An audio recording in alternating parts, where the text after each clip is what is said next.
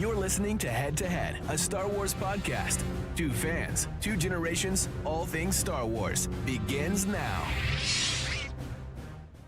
All right. Well, hello, everybody. I'm Eric Vansel. And I'm Daryl Sanders. And we're your hosts for this show. And already I'm like messing with my mic and adjusting it. And typical. Sometimes I wonder if I actually do that out of a nervous habit or whether it actually needs adjusting. I don't know. It's hard to say. But here we are on a very late Friday night as usual, 11 o'clock. Hopefully you guys have had time to get everything done.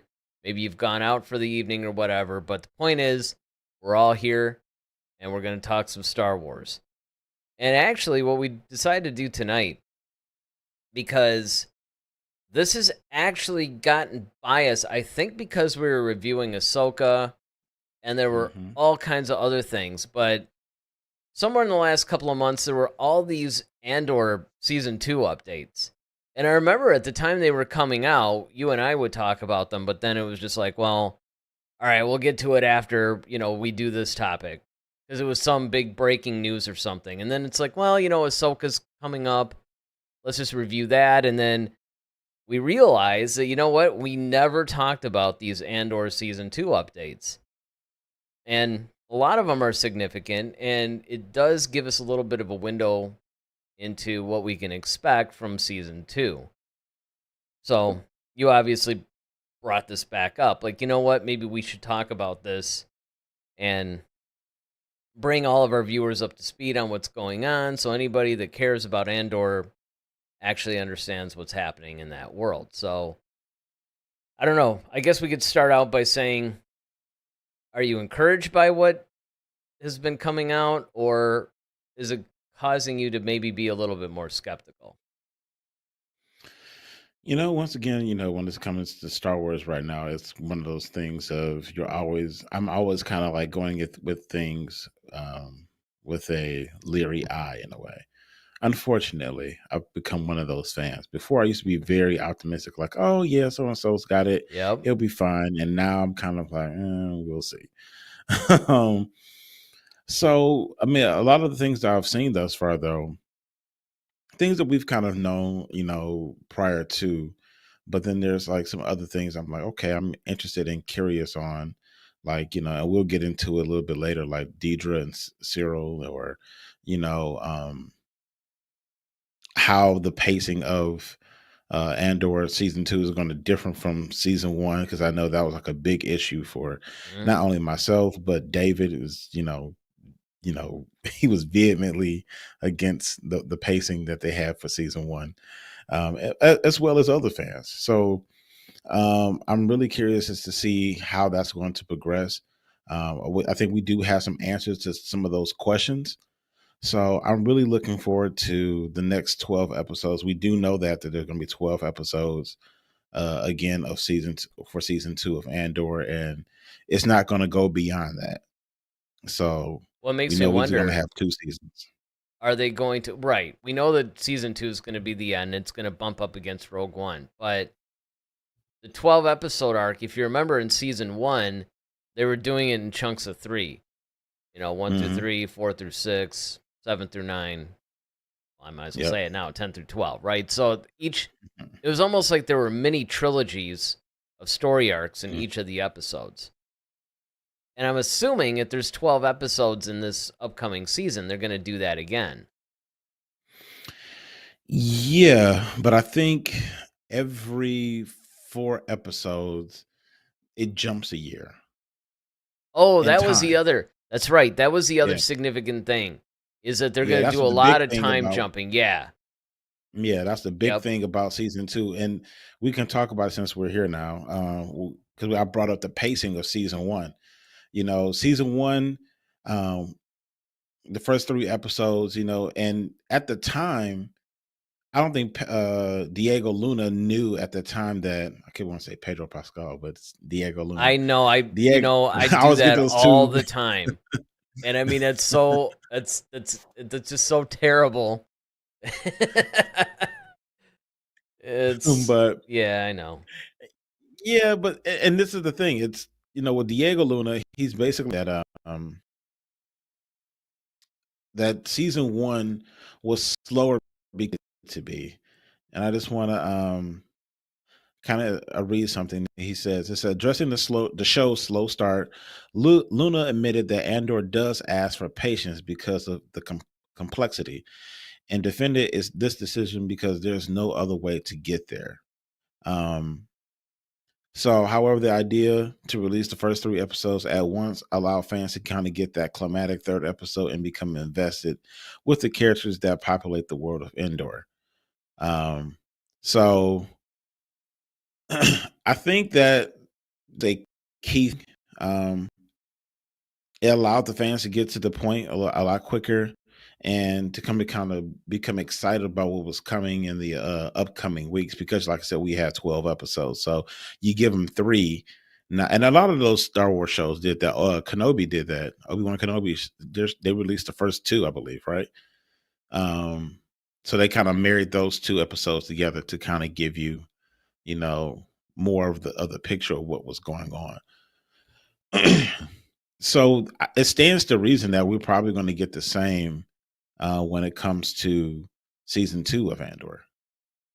Yeah, I would think so. I mean, the other thing that's going to make this season a little bit different is we're going to start to become, I guess we're going to go into more familiar territory.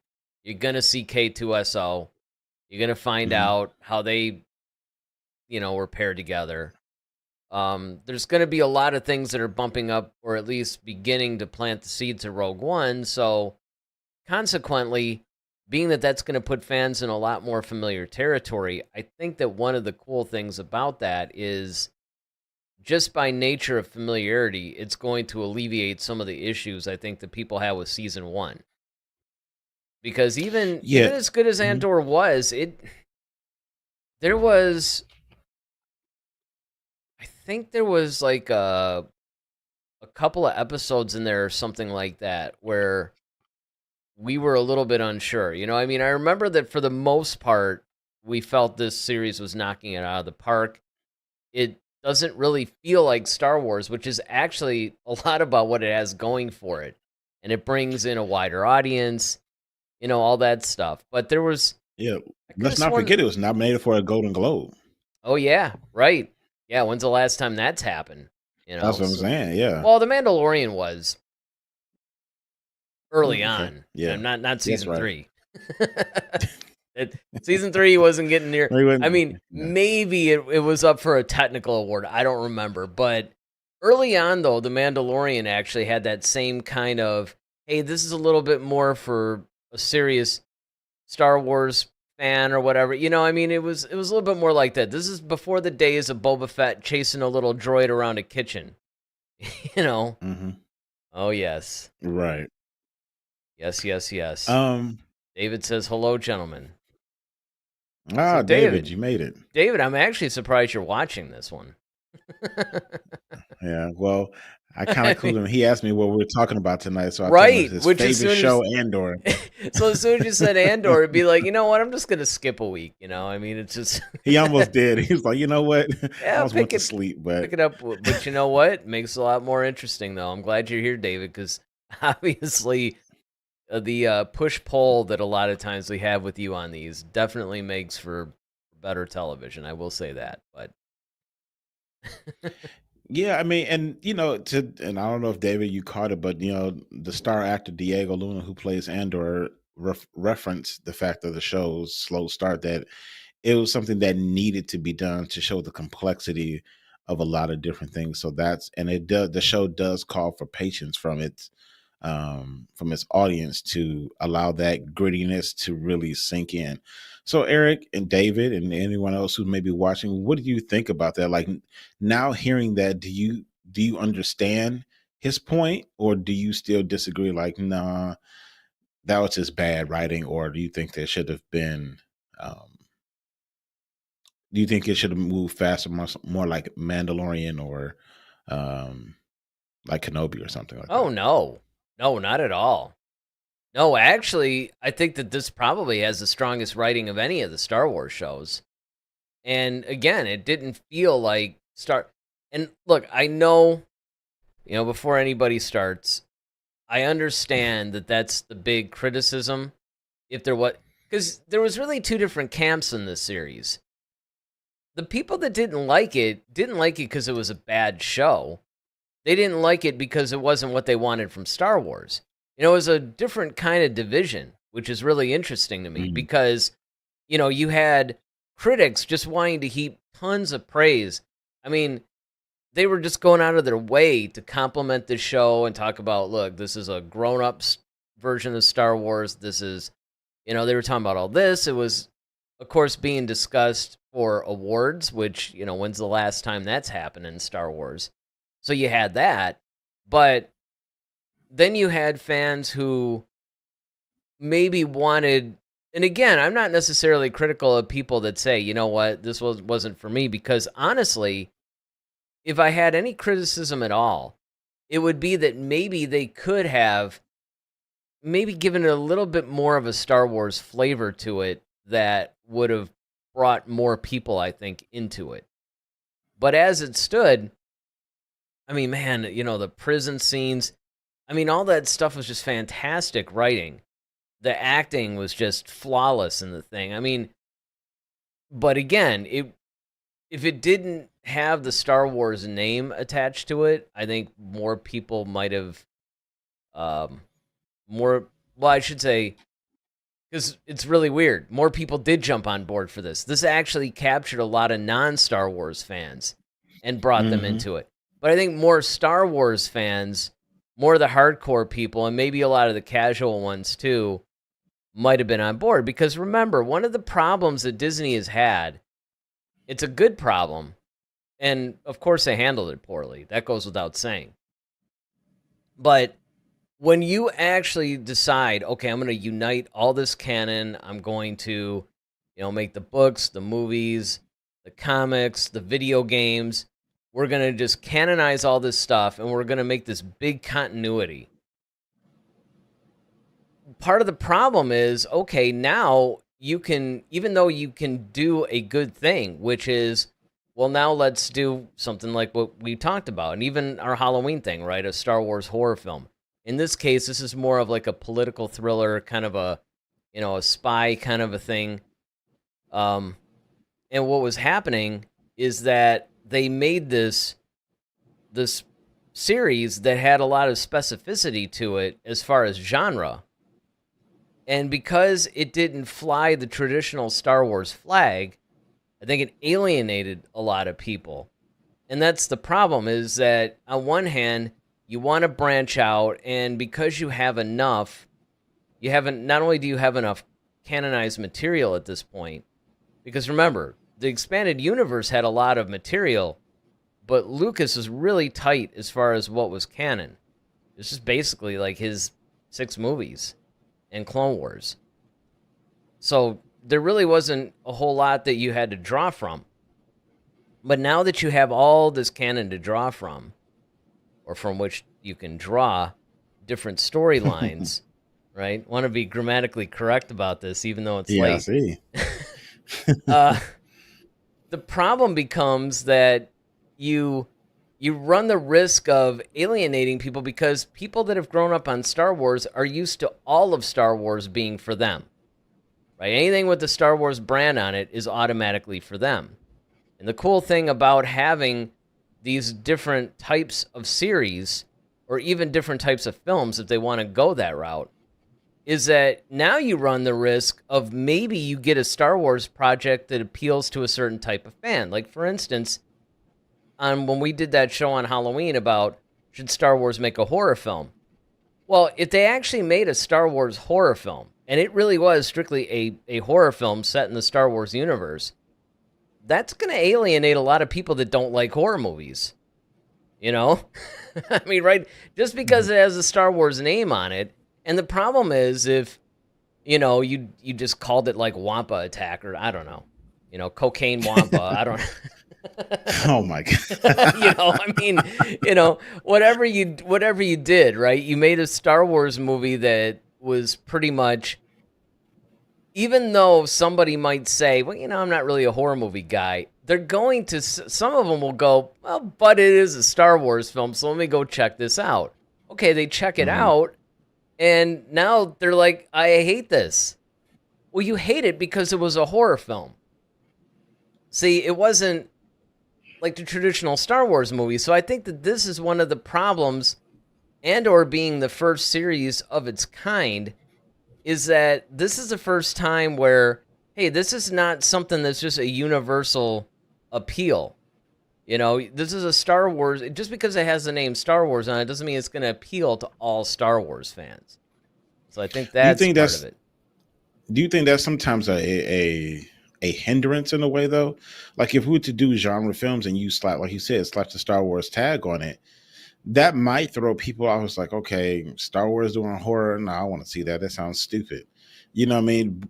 Like, in a way, it kind of, because if you just had like, some science fiction movies are just strictly, sci-fi, and then some are a little bit more on the horror side, like Aliens, for example. Well, the movie that I was thinking of, which if you did the whole like Wampa Pitch Black example, or something like. well, it'd be like The Thing. I mean, Pitch Black is definitely a good modern, as in it came out 23 years ago. But yeah, The Thing, which is John Carpenter's classic movie, right? Which I think was actually a remake. That was kind of what I would envision Star Wars might do. But Alien's a great example too. And you're right. That's like sci-fi horror. See, Star Wars is sci-fi fantasy. So right. The thing is, you do have sci-fi horror and you also have fantasy horror. So it's kind of like if you're Star Wars and you're trying to do a horror film, which variation do you go for? Do you lean more on the sci-fi? Do you lean more on the fantasy? Right. And that's what you get with Andor too. Do you lean? I mean, you got the war, you got the lore, right? Now, which side are we? Obviously, we're leaning more on the war because of Andor's position in the rebellion, right. But it's still a political thriller.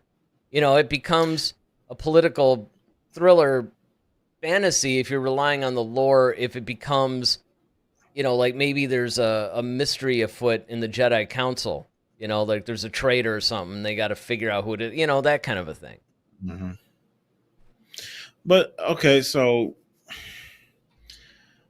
And that's what I'm saying. Like, I think if we put the Star Wars name, like if we say Star Wars Presents or or a Star Wars movie, right. What I'm saying? Like, I think for some people, some people might be interested in, like Star Wars fans will be interested. But then if you just find somebody who just, hey, come check out this movie, it's like, oh, is that Star Wars horror movie? Like, yeah, that sounds like, it's almost like when you find out like your fast food chain like if Burger King starts selling tacos all of a sudden. Well, it was like when McDonald's, man, now granted they were awesome, but when they started coming out with those breakfast burritos, which I ended up loving, but still you are skeptical. Or what's the one thing? Mm-hmm. Yeah, like McDonald's, like McRib. Now I know a lot of people. McRib, yeah. They get really, really excited about it. But I don't know, like a fast food rib, that just doesn't. Or there was another one that did like lobster. And I'm like, yeah, I don't really know if fast food lobster is a good idea. That just seems like that's sounds a nightmare evening, Some virus waiting to happen. Oh yeah. Exactly. So and that's what I mean. Like, and that's the point I'm making with this is that, sometimes you kind of wonder, like, should things kind of stay in their lane, or but although you can see, like, and we've talked about this on numerous occasions, you can see Star Wars going off into something, and especially that has something to do with like political thriller, that makes a little bit more sense because you have a whole war, and wars are governed by politics, so that makes sense. To have a horror film, although that would be cool, I can understand some people's apprehension about going to see a horror film.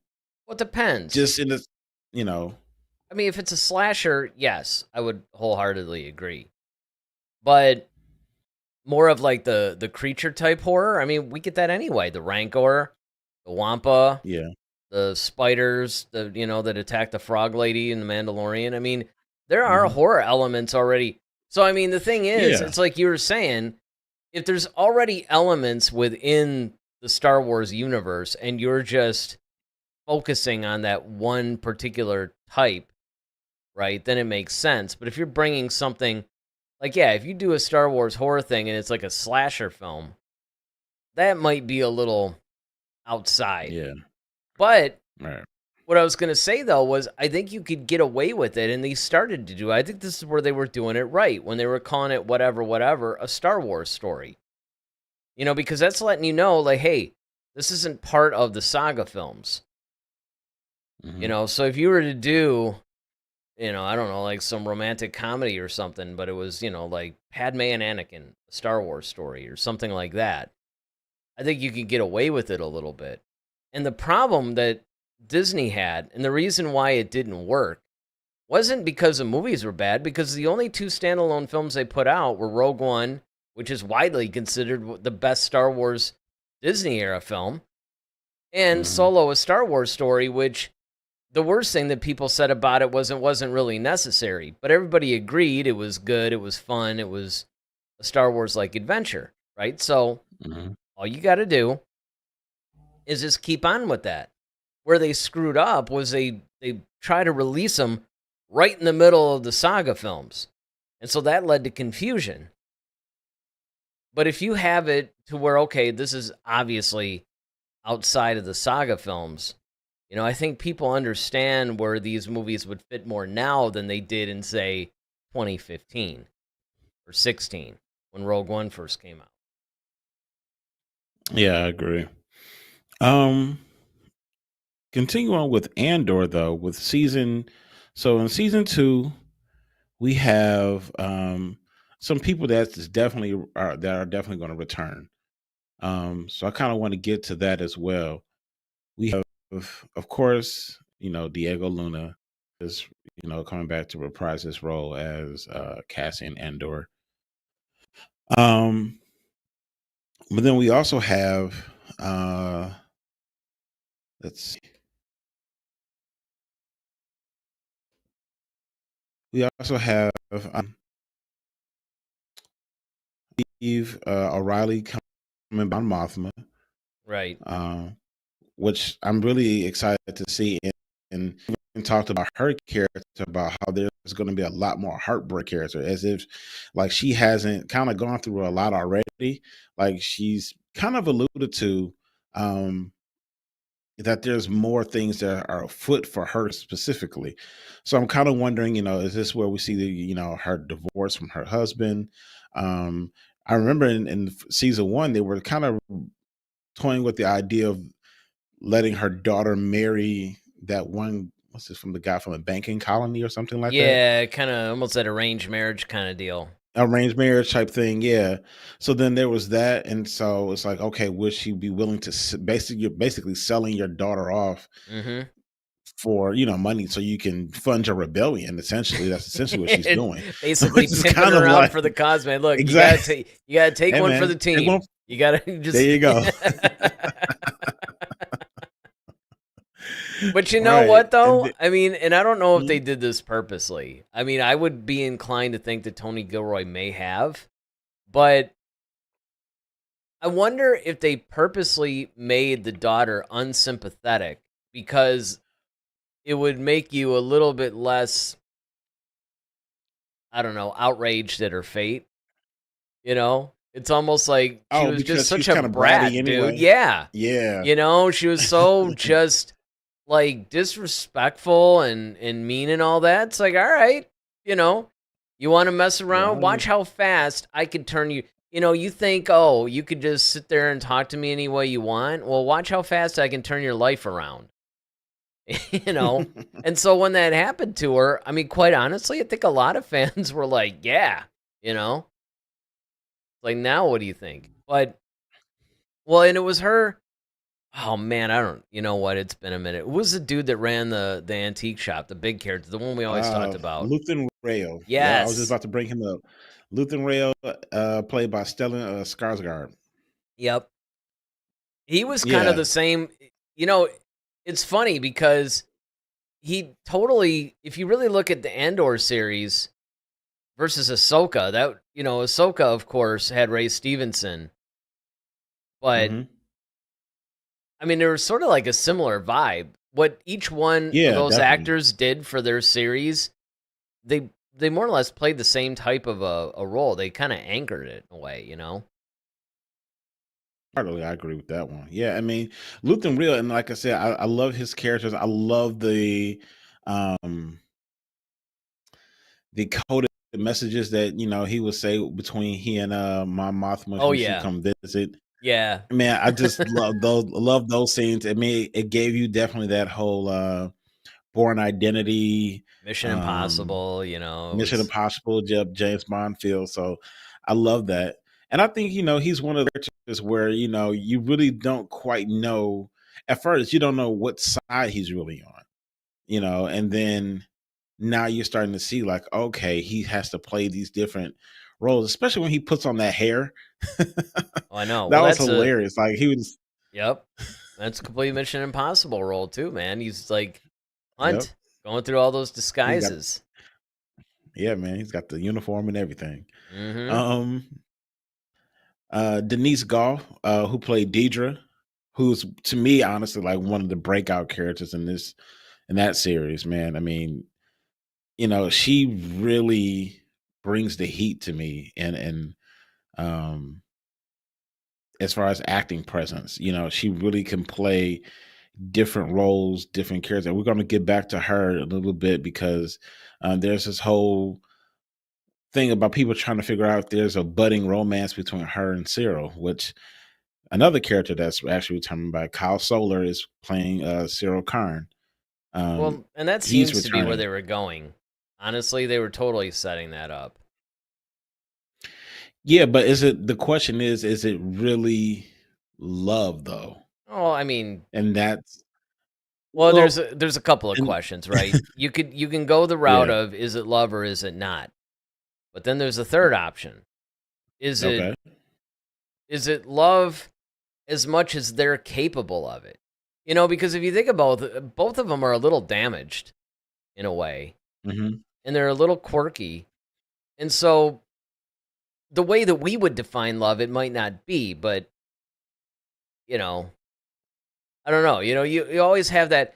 It's sort of like when you see those movies where they'll have some like anti-hero, you know.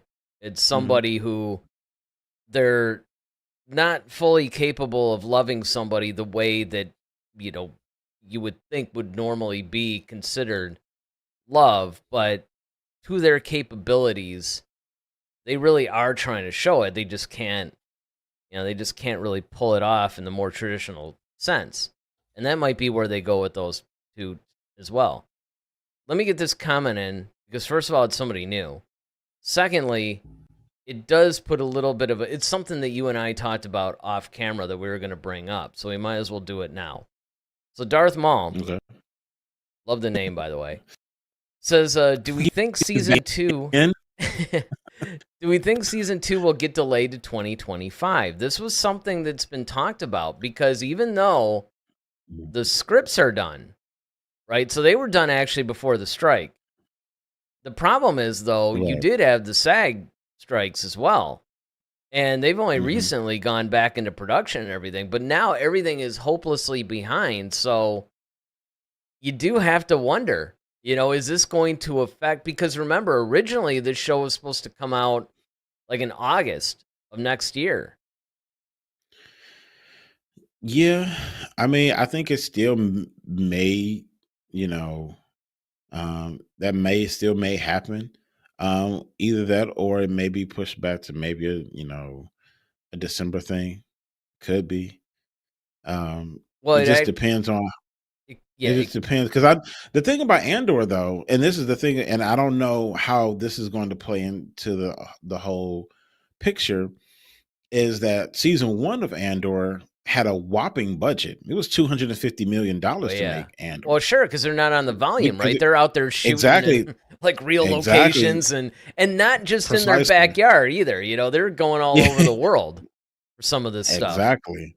Yeah, so that's Mm-hmm. going to play a major part if they decide to keep that model. Because I know Tony Gilroy, that was one of his big requests. Is like, okay, if I'm going to come do this, I have to be in real locations. I can't do this volume or green screen Right. stuff. Like Right. some Yep. things, yes, I know I'm going to have to do, but like by and large, majority of the stuff I want to be on real sets, real locations, real places.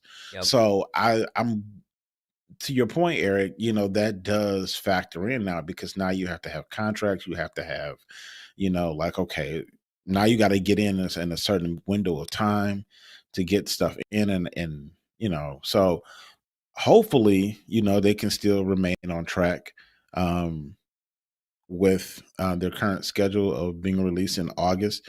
Um, I don't know how soon they decide to, we want to start. Like, okay, as Well, soon as the that's SAG it. thing is over, Well, we're here's on the the thing. go. When were they? So it comes down to how much pre-production, like where were they in the process when all these strikes basically hit, right? Where were they in the process? Because there were some, I mean, the SAG thing would be kind of tough, maybe. The writers thing. But again, the scripts are done before the writers strike. So they, behind the scenes, second unit, stuff like that probably could have, maybe. But then again, all production basically stopped. So it really depends on, can they ramp up in their pre-production quick enough to still make their scheduled starting date, which I don't even know when that was.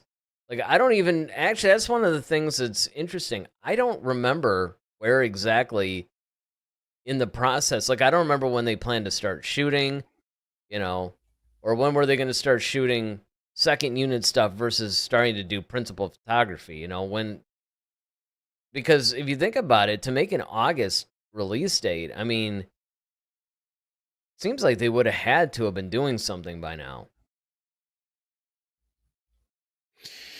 Yeah, I mean that's the thing. It's really, I don't know. It's really it's really tough to say. I mean, like Yeah, I know. it's I don't know, Well, man. I'm It's hoping. I'm and that's hoping. Look, I hope that's the next round of updates we get. Yeah, hopefully at least we get that so we can, because I think once we kind of figure out, okay, where they are in the process, we can sort of kind of guesstimate, like, all right, if they're here, if they've done this much, or what I mean, or they at least started at this point, we can probably kind of guesstimate, like, all right, it should be around this time where, and like I said, unlike most of the other series, this is 12 episodes. And that's another thing too. It's like you're shooting 12 episodes as opposed to, and they're an hour each, as opposed to um, Mm-hmm. you know, uh Well, like an 6. Obi-Wan that's 6, Yeah. or most Or of them are maybe like or 8, maybe more 10, 8, 8 or 10, 8 or 10. sometimes Yeah, 10. Yeah. yeah. That seems to be the sweet But spot more for the more around series. the 8. Right. Yeah, so it's usually 6 to 8 episodes mostly for Star Wars. Um Well, here's another thing that it depends on as well, is what other projects, because sure, you can, I suppose, theoretically have a movie being in production while series are being in production. Obviously. But we don't really know where in the production process did all this stuff fall. So in other words, are they behind enough on, say, the Acolyte that it's going to delay some of the resources for Andor because mhm. everything just got bottlenecked, right? So, Yeah. I mean, I think a lot of it really depends on the production schedule. I mean, the overall production schedule for everything at Lucasfilm. And then I think it also depends on, like we said, where are they in the pre-production process?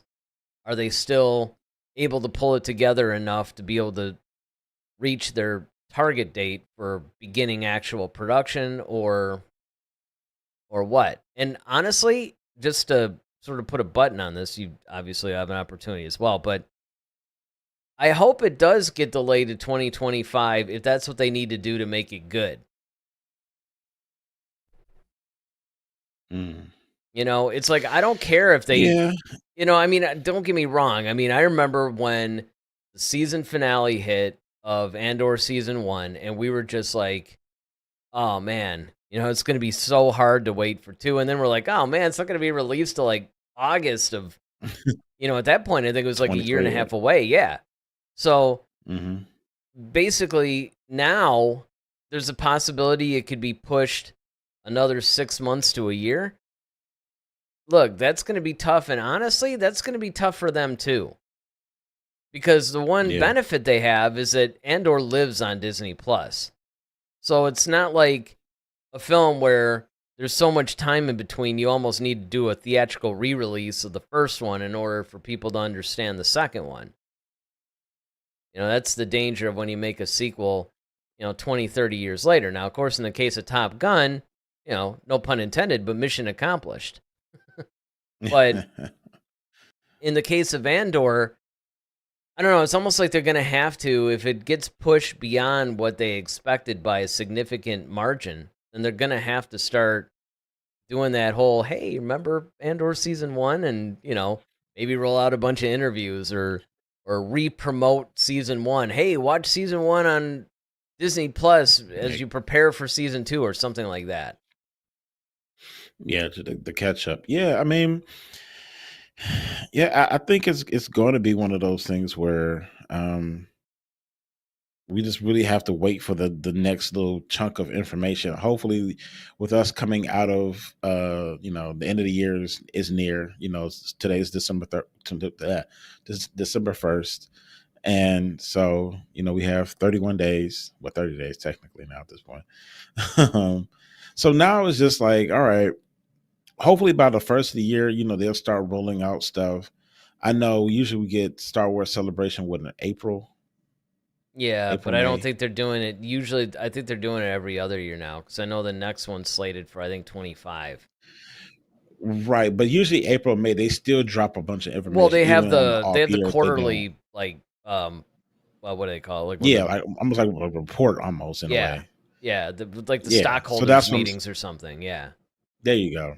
So I think even then we'll be able to kind of glean a little bit more information as far as like where everything truly, because like you made a valid point earlier, because Acolyte hasn't, Acolyte's actually been shot, so that's done. It's just a matter of like releasing that, so it just depends. there's Skeleton Crew. What else is hanging out there? That Bad Batch season 3 actually is supposed to be released too, next year, but we don't know exactly when. Normally that would be like the January slot, like January, February-ish. Well, depending. There, I mean, I know last year when they did season 2, I remember they did it around the May the 4th thing, to capitalize a little bit on that. But yeah, you're right. Usually the Bad Batch is the first thing that comes out, and then it follows from there. I mean, it's funny because, with Lucasfilm, it would really be nice if some spokesman, maybe Filoni, right? Because we just did a show Monday on Filoni's rise to this whole, like, chief creative officer thing. Mm-hmm. Now, granted, I guess that really wouldn't be in his job description, but it would be nice if somebody were to come out and say, hey, look, this whole strike situation has set us back. Here's the new version of our release schedule, because it is so dangerous keeping the fan base in the dark. It's like secrecy doesn't work now the way it used to.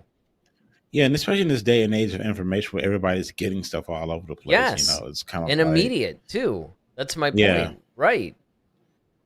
It's like people don't have patience for that anymore. I mean, it was different back, during the time of the original trilogy and even the prequels, because look, it legitimately took 3 years to make these things because of where technology was at. And then, of course, it was right on par with communication technology as well. But now, it's kind of tough. And honestly, it's like, who cares? Everything. Look, you got people with their phones shooting behind the scenes stuff because they're on set. I mean, it's a different world we live in now. Nobody cares. Oh, totally. This whole secrecy thing where they're, they're delivering scripts by courier, and it's like the thing like bursts into flames after you read it once, or whatever weird military you got type an attaché case. It's like both people have to put the key in at the same time and turn it. I mean. It's nuclear, like it's a nuclear warhead. I mean, it's insane. And I mean, hilarious. I get it. Star Wars is always known for that, just that extra level of secrecy. But now it's just so stupid. Well, see, especially when it was good. See, the problem is you get into all this extra level of secrecy and it sucks. That's the part that's gonna be like... but that's why they want to keep it a secret, though, because it does suck. It's like, well, we don't want people to find out until they bought the ticket and, we've made our billions of Yeah, dollars and, yeah. then word of You mouth got can your kill money it. already. Yeah, exactly. We got two more characters left. So Bix Colleen is the other character that's returning. Remember, we saw at the end of season 1 where Andor made his valiant uh trek to get her out of being tortured by Deidre and the rest of her minions. And then here's the one that I was really shocked by, and it's Andy Serkis. His character of Kino is actually coming back. Now, we I'm were not under the impression surprised. that he died. Well, yeah, but I mean, I kind of thought that, I don't know. I mean, I thought he was too good of a character to waste, but you never know. I mean, they do that sometimes. Well, but I mean, if you think about it, at the end of Rogue One, they killed off all the good characters.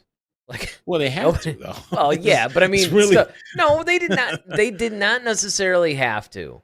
In fact, the original ending, they didn't. Because Tony Gilroy and all those guys and Gareth Edwards, I'm not really sure. I think Gilroy wrote most of it. I know Gareth Edwards was the original director, and then Gilroy came in when Kennedy got nervous, and I mean, there was that whole thing. But there weren't enough women in the show. right, yeah. Well, and they were really, and that's the reason why the trailer for Rogue One is like completely different from the film, basically. Like, there's all these scenes where you're like, where'd that go? It's like it was a trailer for a different film. But I remember at the time, though, what was interesting was they basically were saying, we're really surprised that Lucasfilm, like Kennedy and all them and Bob Iger, let us kill off all the characters, because you could have just done the same thing as Ahsoka. Written them off. Okay, they helped steal the plans, and now they're on missions. Maybe they were because remember how the Rebel base is supposed to be on Dantooine and all this other stuff. And I mean, they could have been fighting in the Death Star thing too. It's just we didn't see them. I mean, there's all kinds of explanations that you can have to disappear them all for the original trilogy. But it really did make sense, though, to kill them off, because then it becomes a sacrifice. And it gives those characters more weight, I think. And it just shows you the weight of the war, too. Yeah, exactly. Everybody doesn't, it's like they're heroes, but everybody still doesn't make it out, And even just how we saw Saw Gerrera, for example, just how he had, he just stood on the thing. He just waited, for his demise to happen, and I think that was a good move, honestly, because for a couple of reasons, like I said, one, it gives you a clean slate and a clean reason as to why those characters aren't in the original trilogy, aside from the obvious that, this was made before. This was made after the original trilogy was created. We're trying to deal with all the in-universe explanations. We know the real explanation. Exactly. In the universe, kind of explain like all these people went, because we never see any of them or made mention of. So to wipe them out, but do it in a very grandiose kind of way, and in a very heroic way, was just, it's almost like poetry in motion, if I could use that terminology. That makes sense, because look, I mean, and otherwise you get what I always call the superhero problem, right? Where anytime, we've talked about this on this show before, actually we talked about it recently, say you have an Iron Man movie. Okay, and some crazy, insane force that's overwhelming comes in to attack, and Iron Man has to deal with it. And, he has all these issues. And in the back of your mind, even though you might be enjoying the movie, you're sitting there thinking to yourself, there's like 50 superheroes in this city. And that's just Marvel. I mean, what if you counted all the DC ones too? There's like all these heroes. You mean to tell me that Thor and Hulk and all these guys, they're going to be like, Iron Man's got it, even though he clearly doesn't, right? And so the problem is, obviously, it's like, but we're dealing with a standalone thing. So for the purposes of that, we have to just forget about the fact that there's like 50 superheroes in this city. And that's the problem that you have here. is that if you let too many people survive, it's going to make the original trilogy even look more ridiculous because you're like, well, wait a minute, there's like 60 different characters now at this point that Hmm. they could have used Ahsoka's help. I mean, in Oh yeah, facing the Emperor, let's say, especially or like when Obi-Wan died. Like Obi-Wan, I yeah, mean, Ahsoka could have came right there and helped Luke complete his training, and exactly. I mean, along there's with this Yoda, and they could have. sure. I mean, And yep. then if you had basically let, Jin and all those guys like live, I mean, it's like, well, there's a lot of situations where they could have used their help.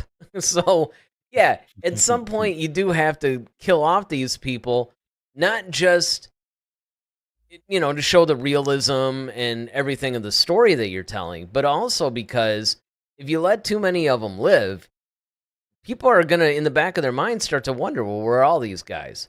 Like if it's just one or two Yeah. people, you can go, well, okay, fine. Then maybe they're like in Ahsoka's case, okay, whatever. She's disillusioned with the Jedi, so she went into some faraway thing, and probably the Holonet news didn't really get to her. So okay, fine. Still, she should have felt it all within the Force, but whatever. She sort of dulled her, maybe not cut herself off like Luke did, but maybe dulled her senses in that sense. Hmm. In other words, you can come up with in-universe explanations as to why. The problem, though, is that if you start to have all these people, then yeah, then that becomes a lot more difficult of an ask for your audience. Your audience is gonna just be like, okay, look, man, there's at least like 5 different people I can think of in any given scene that should have been there to help out and would have been if they lived. Right. Um. So next we kind of talked about the whole budding romance between Cyril and Deidre. Yeah. What do you think? Do you think they should go that route? Number one, and if they do, how do you think they should do it? I do think they should do it. And the reason for that, there's 2 reasons actually. One, we've never really seen a romance on the Empire side. Good Technically point. they're villains. So Yeah. that's interesting to me. Because if you think about it, you don't really see that too much in any film. That's true. I mean, sure, the bad guy's got some, chick on her arm that's all scantily clad and, he just bangs her whenever he feels like it or whatever. But she's like the trophy girlfriend. It's kind of the same thing as what you get, with different gangs or cartels or something. There's women that are always there for that. But Right. this is not that. This is like a quirky, weird, definitely human romance that's going on, but it's going on the villain side. Yeah, it's almost like Joker and Harley Quinn in a way. Kinda. Maybe a I mean, little of less course, not as psychotic. yeah, I But would say yeah, yeah, less psychotic, but I mean, just a little bit you more got two quirky, but different people. Yeah, quirky. yeah. But But that's the that's thing is, one reason. okay. The other reason is what was it? Like cuz there was another good reason for it too. Yeah, one was it was the villain side of it. The other reason why I wanted to see it was because again, it's not so much of a cliche thing. And then you had asked, I don't know, it'll come back Well, to me, part of but it is to me, I think it's the hierarchy thing too, because Deidre's higher up, so she's IFB, I'm gonna say agent, but officer, pretty much. And Cyril's kind of like this lowly, piddly little, local police officer. So it's like you basically have like this, your local police officer trying to basically, but he's like enamored with Deidre being like this, almost like the CIA agent, basically. And what makes their thing really interesting or complex is that I think what happens is that Cyril more or less idealizes Deidre yep. because he believes in what the Empire's doing. And I think I don't think it's really love that he feels. I think it's more Well, like that's I love exactly. the empire. Well, that's what I mean And by when and I that makes it said, kind of convoluted. Yeah. well, it's that third option, right? Where Hmm. it's not necessarily if do they love each other or not. It's really more of that. It's that weird, like they think they do. It's like you said. I mean, he has pretty much put her on a pedestal and idealizes her as this is the perfect imperial officer, and this is basically what I want to be, and now this is who I want to be with. And there's also a Yeah. certain element because if you remembered, his mom's belittling him, he's failing at every Hmm. mission. It's almost like, Yeah. well, if I can, if this woman, it's a twofold thing actually. One, if she accepts him, that validates him. It's like if she Yeah. loves me, then that means what she sees I in me, matter. yeah, pretty much. And then the second thing that it does is it gives him a certain amount of protection too, because if he's in a Hmm. relationship with her, it's like people are going to be a little less likely to mess with him. And it also, with his mom, because he's got that weird thing going for her approval too. It's like, hey, look at what I got. She's just like some super high up you know, in the Imperial Navy. So yeah, like an intelligence officer or whatever. Here's Yeah, and I think he's an opportunist in that way. absolutely now. Darth Maul says, "Remember Zero and Cy Snoodles?" Yes, I do. Good one, Maul. Yeah, that was good. I like that one. And yeah, that's and again, I mean, not to you know, like I always say, beat a dead tauntaun, but essentially, or you could say beat a dead bantha too. That's another one I can use. Yeah, you could use that one. There's enough that you could almost do a romantic. So again, romantic comedy. Not that I probably sound like a romantic comedy super fan, and I'm not, but you could.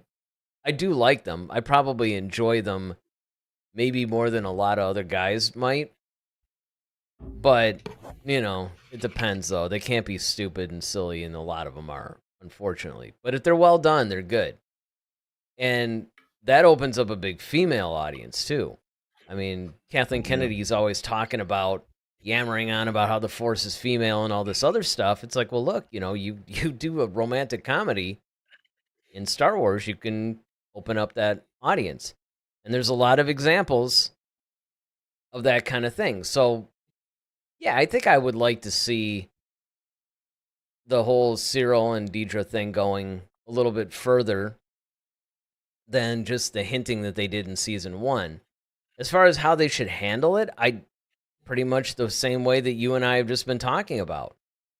Explore a lot of that further, like the reasonings behind and the fact that they think they love each other, but they're really seeing opportunities.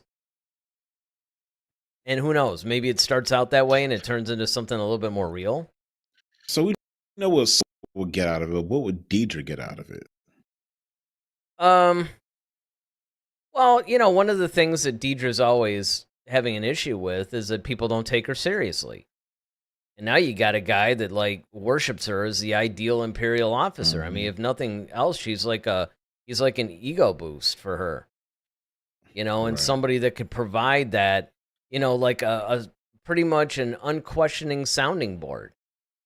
She can just it's almost like a sycophant. Like a yes man almost. That's basically it. Yeah. Yeah. So I mean, there's that. And who knows, maybe it becomes something like where it's a little bit more like maybe she legitimately falls for his I don't know if I really want to call it charm or not, but you could see a little bit of I guess why a woman might look and feel a little bit bad for him and I can help him and that whole thing kicks in. Well, she might also like the fact that, he probably sees her more than just like he sees her title, but he also may see her beyond her title Yeah, too. as a woman. And as a woman. And so she's like, okay, like, because she's used to having to compete with men all the time Yep. in her job. We saw that on the onset, or she's trying to win the approval of men who are higher than her. And so now she has someone who she doesn't have to be that way with, and that might be um the catnip for her, I guess. Let's put it that way. Yeah. Well, Uh, Darth Maul um, says it's also possible that they get together and one of them dies in tragedy. And he says, mhm. because it's Andor. I mean, yeah, look, and that would be a thing, right? I mean, I could see that. Again, they could really No, explore that. yeah, I mean, I think there's a lot of different ways they can play with that whole thing and the whole cat and mouse thing of like, okay, do I like them, do I not? And I think that would, if you see that byplay throughout the entire season, until of course, they have to solidify it, and then of course, just the close of it. Which brings me to the last part of this discussion tonight is that, um, so Tony Gilroy pretty much said that, like, there is no season 3 of Andor, which we already kind of knew anyway. And this is going to butt up right up against Rogue One, but it's like, okay, how close does it butt up? Like, it's like a week? Is it like a couple of days? But it's literally moments. So essentially, he's already kind of spoiled the ending and saying that Andor season 2 butts up right when um, Andor gets off the ship and he goes to try to find Tavik on in Rogue One to basically get rid of him because he's a loose end essentially. So in that, we also know that in this iteration of Andor season 2, it's basically going to take place over 4 years. The first season 1 was basically geared towards um Andor's background. Where does he come from? How did he kind of get involved, so to speak, into this? But season 2 was really about the leadership and how hard it was to build the rebellion. Hmm. So going into that, we have 12 episodes, and each fourth episode essentially is another year. So that takes off another year into, so it's basically covering 4 years. So in that time, that's where we're going to get like the K2SO. We're going to get, I'm sure we're probably going to run into Leia probably at some point. Do you think we're going to see Leia, We or should. we're just going to, I or do you mean, think we're we just going to hear about her? well, I mean, it just depends on what they're trying to set up for the future, right? Because look, whether they want to continue Leia beyond, or well, I guess beyond the original trilogy. So if they want to cover some stuff in between episodes 6 and 7, they have to recast her. The other thing is, even if Carrie Fisher had lived and she Hmm. was taking care of that post Return of the Jedi Leia stuff, they would still have to recast her kind of like they did for Obi-Wan. I mean, that was a little Hmm. extreme. That was maybe more like the Anakin of episode 1, but it's the same kind of deal, right? I mean, if you want to deal with a young Leia, then you have to cast somebody that's age appropriate for the time period in which you're portraying her. So, Right. absolutely. Do you think they're going to use the whole, like how they did at the end of Rogue One when she turned around and she's like, "Hope," and they're going to do the whole um it's not CG, but it's You mean like the whole what can I think of? de-aging thing? De aging thing. Yeah. Do you think they're gonna do that? Um, or do you think they're just solidly gonna recast? Because if they're, like you said, if they're gonna tell stories in between post Return of the Jedi and the Force Awakens, should they use the same actor? Because Leia pretty much looks the same. It just depends on where they decide to tell the stories post Return of the Jedi. So if they do it closer to Return of the Jedi, Leia relatively looks the same as she did in A New Hope. However, and Andor is basically right up against that point. So give or take Yeah, a and few years. they did use, well, that was CGI that they used at the end of Rogue One. Um Right. they could maybe do something. Like, if they wanted to do something substantial, they would just have to recast. I mean, granted, maybe But de-aging. would that person also have to be the Leia that if well, I guess No, what I'm not saying is necessarily, because it depends. I mean, yeah, I guess, but you got to remember that Leia was only like maybe 19 or 20 at the time of A New Hope. Okay, right. you go 4 years before that, that's like 15. I mean, you can have somebody look. I mean, people grow a lot between those Yeah. ages, so you could recast somebody as like a 14, 15-year-old Leia if you want to deal with it, obviously early on, right? But because you were saying that it does Mhm. a lot of time jumps, you know, that's why I think it would probably be safer if you just mention Leia rather than show her, unless maybe it was for a scene or two or something. Of course, Gotcha. Dom has to weigh on it. Of course, he says Andor sucks, so he's definitely He's not yeah. he's not It's for season 2. right. It's a great idea for you, by the way, Dom, to watch a show that's basically about Andor when you hate Andor. Great Right. idea. But I mean, look, and again, we said this at the beginning of the show, and it's worth bearing here as well. Andor, because you have all the Star Wars content now. Because you have canonized the books, the films, like all the films, comic books, video games, for the most part.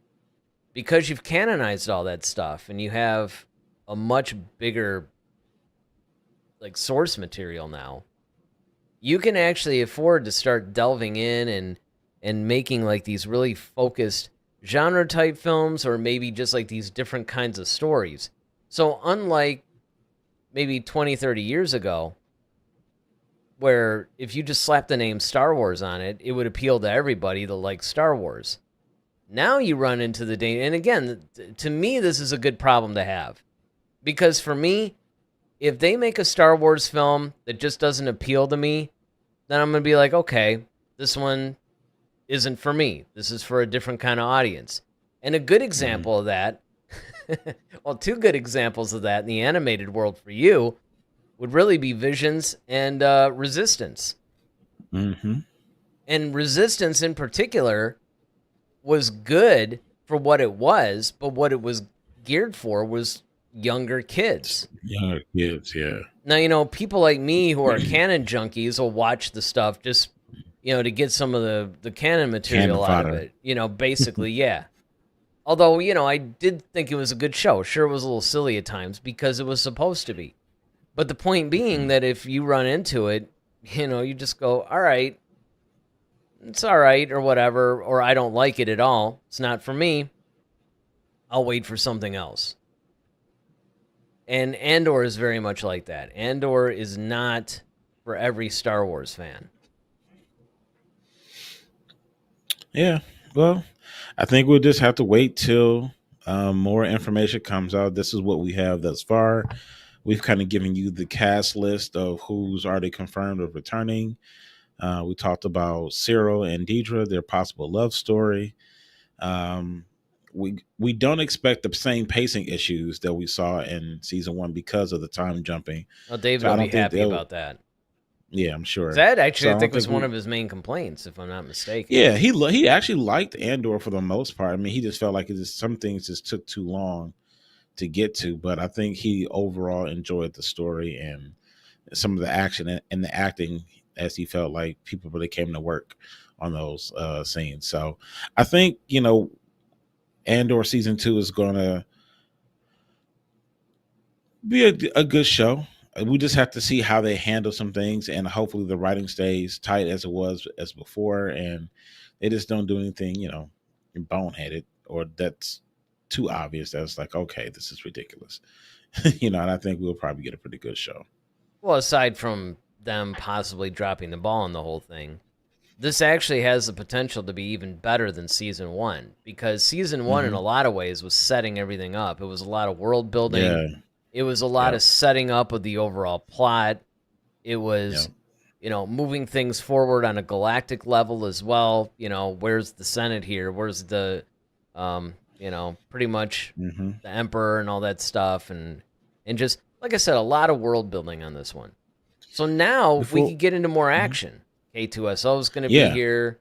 There's more familiarity in this thing, right? So more familiar characters might pop up.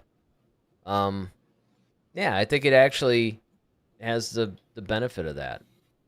Who do you think? What character are you most interested in seeing in K2SO, season 2?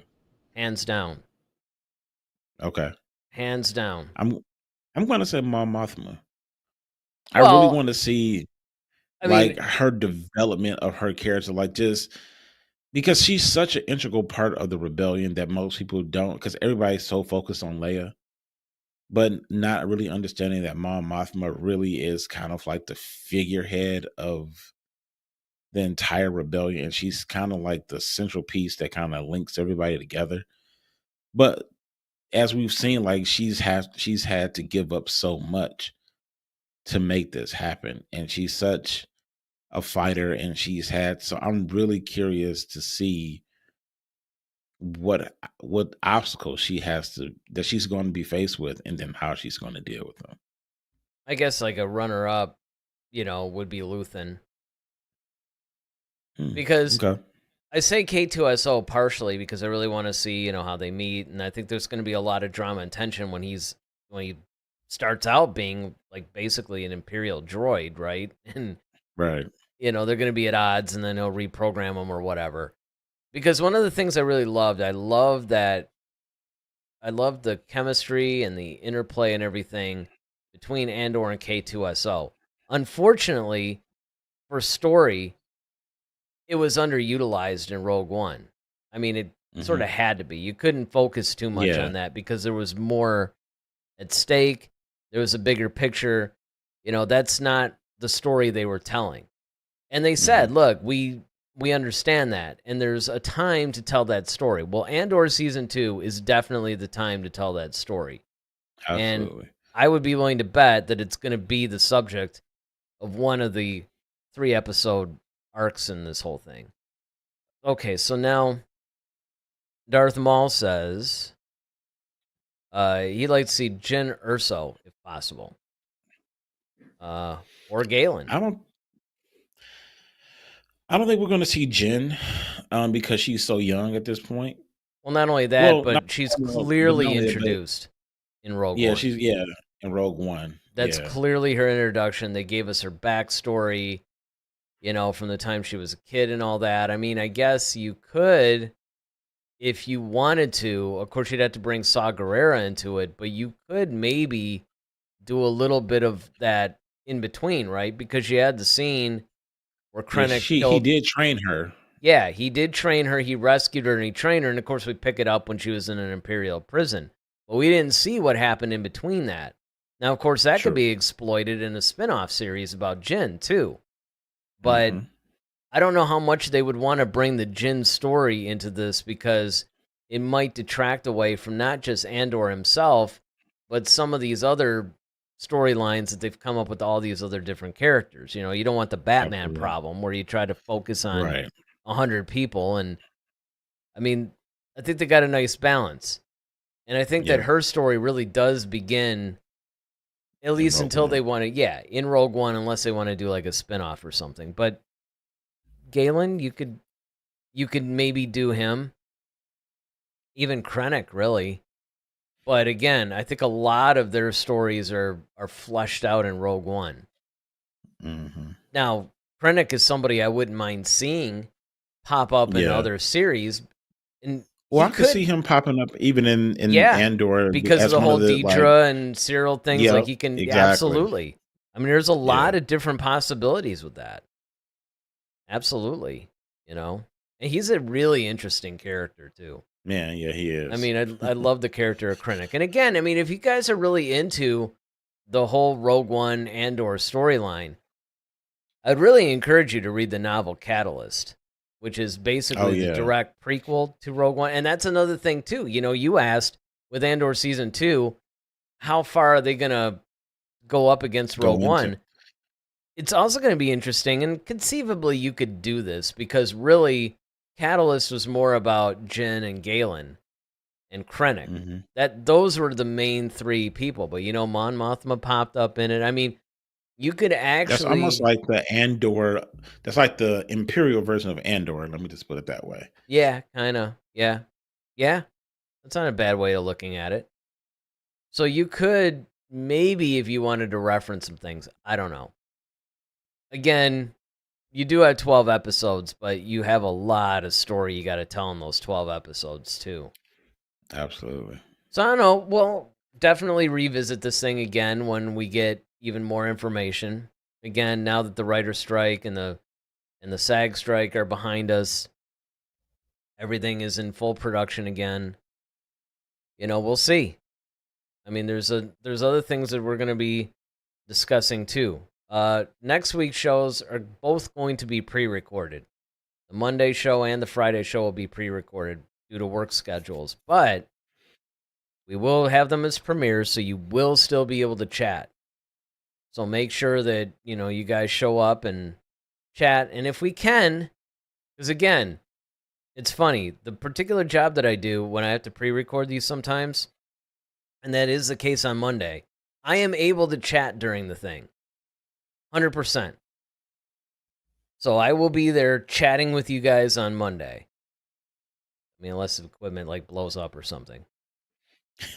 So there's basically, yeah, exactly. That would be a bad thing. But I will be able to chat with you guys at that point. And Friday, probably not. But again, you guys are going to want to check it out. I don't know. There's a couple of things that are floating around that we were going to do, but it bumped them for other things. Like, obviously, Daisy Ridley read the script for the new Rey movie, and it wasn't what she expected. So there's all kinds of speculation now we can do on that. There's, of course, news that Pedro Pascal probably isn't going to be in Mandalorian Season 4, but it almost doesn't matter because we never really see him without his helmet anymore anyway. Mm-hmm. So Boba Fett might actually be the main character to take his place there, which, of course, is what we all thought the Mandalorian was going to be before Season 1. So there's that. So I don't know. We'll see. There's a lot that is going on in Star Wars, so we're going to try to get some of that done.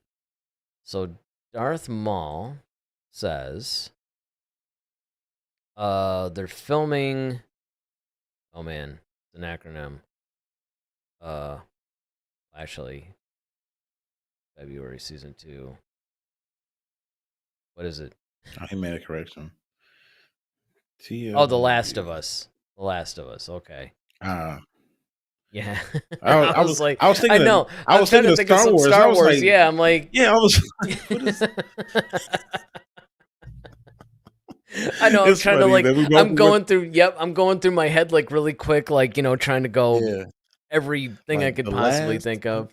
You mean The Last Jedi? Like I was. Yeah. Well, that's Pedro Pascal's going to be in that. So so he's in The Last of Us. Yeah, he's in The Last of Us, so he can't. Oh, yep. And then of course, chats that in, right? Yeah. So I mean, that's definitely something that it's like, okay, we can't. There's probably going to be a conflict, and again, that's another thing too that these strikes have pretty much caused, right? Because now it's almost like after COVID, like every band in the world wanted to suddenly tour. Now that all the strikes and everything are done, now all these productions are going to want to begin immediately. So you're going to see a lot of conflicts and in different things. And it's going to be interesting to see how that shakes out as well. So, yeah, good times. All right. Well, again, we will have a show Monday at 8. We will have a show next Friday at 11. They just won't be live. But hopefully you guys watch, chat in. Of course, don't forget to like the video. We did put some time into this one. So the YouTube algorithm likes it. We like it when you like the video. So make sure you do that. Hit the subscribe button if you haven't already done so. And make sure that you guys check out a lot of our other content. We were looking at our analytics lately and noticed that we get a lot of viewers, but there's not a lot that are actually returning and watching the other content. So we encourage you to watch a lot of the other stuff that we do, especially if you like what you see here. All right, so I guess that's going to wrap it up for tonight.